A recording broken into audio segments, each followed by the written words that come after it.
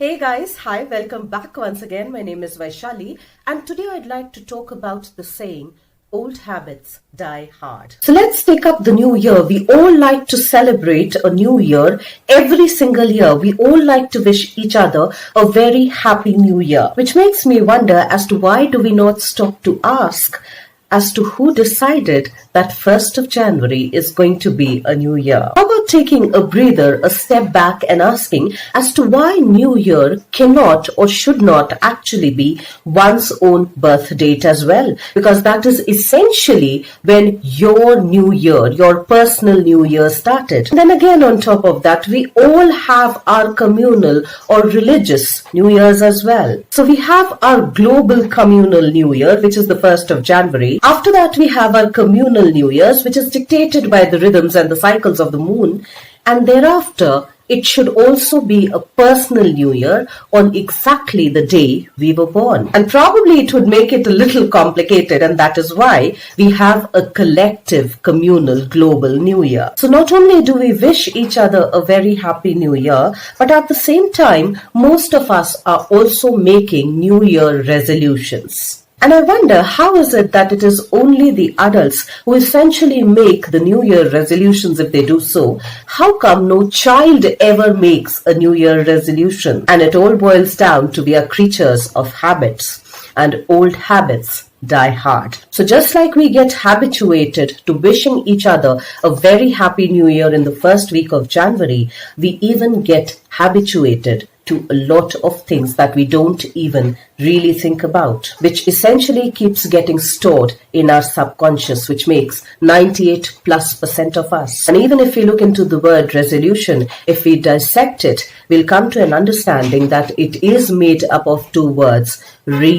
solution. So what are we finding the resolution to? We are finding the resolution to reorganizing ourselves anew, to reorganizing our habituated selves anew. And since we have acquired the habits that we have acquired over a period of time, which may be few years or even a few decades, our neural pathways have gotten wired in a certain way. And of course, it takes time to rewire the neural pathways that run not only in our brain, but also throughout our bodies. And that is why probably a lot of resolutions don't come to fruition, because we make probably big resolutions, because we aspire bigger, better things for ourselves, bigger, better ourselves for ourselves, we invariably falter because it kind of tricks the brain into thinking that it's too enormous a task to be accomplished. And as exciting as all of the New Year resolutions may feel in the beginning, just like the new romance, most of the times it doesn't come to fruition because our subconscious, that makes 97 or 98+% of us, is wired to go back to what it is familiar with, is wired to go back to its own familiar old self, which it has gotten habituated to being associated with. That 98% of the times, it invariably falls back into what is familiar, what is predictable. For in fact, that is that familiarity that keeps it safe. And therefore, it becomes essential that we look into our own conditioned, habituated selves, so that if we want to bring something anew, we are in a better position to make those changes. So for example, if you've been a person who's been using their right hand to do most of their work for the longest time, it in the beginning will be very difficult to do things with your left hand, to take the initiative with your left hand. And as fun as it might be in the beginning, eventually we all fall back to using our right hands again, because that is something which we are familiar with. It has gotten efficient with time, with constant usage. It has gotten familiarized. It has gotten habituated to being used in a certain way. Even we have gotten habituated to using that particular limb in a certain way.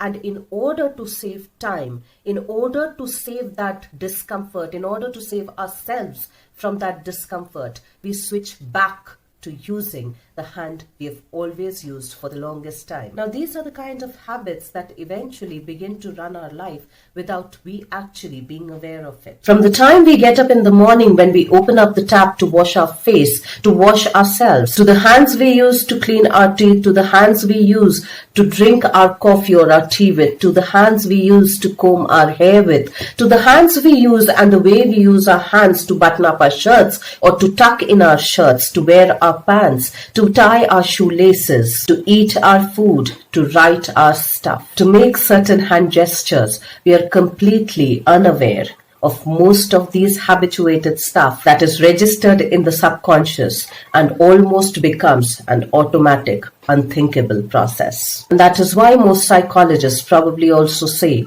that we need to be aware that most of the times we will slip back into the familiar zone, into the habituated zone, into the parts of ourselves that it has gotten accustomed to over a period of time. Most of the times, these periods of time span over a few decades. And therefore, they always also advise that even if our aspirations are big, they should start with small steps. They should start with small, consistent steps, being very aware at the same time that most of the times we will slip back into the old, the familiar, the habituated ways of being. And then coming back to walking those small steps again, just like we all did when we were little kids, when we were trying to pick up that first grain of morsel that we wanted to pick up with our own hands and put it in our own mouths. And since our muscles weren't developed yet, since we were beginning to develop our motor skills, it slipped. The grain of morsel constantly slipped. We got agitated, we got irritated, but we tried again. We again slipped. We could not hold the grain of morsel. We again tried.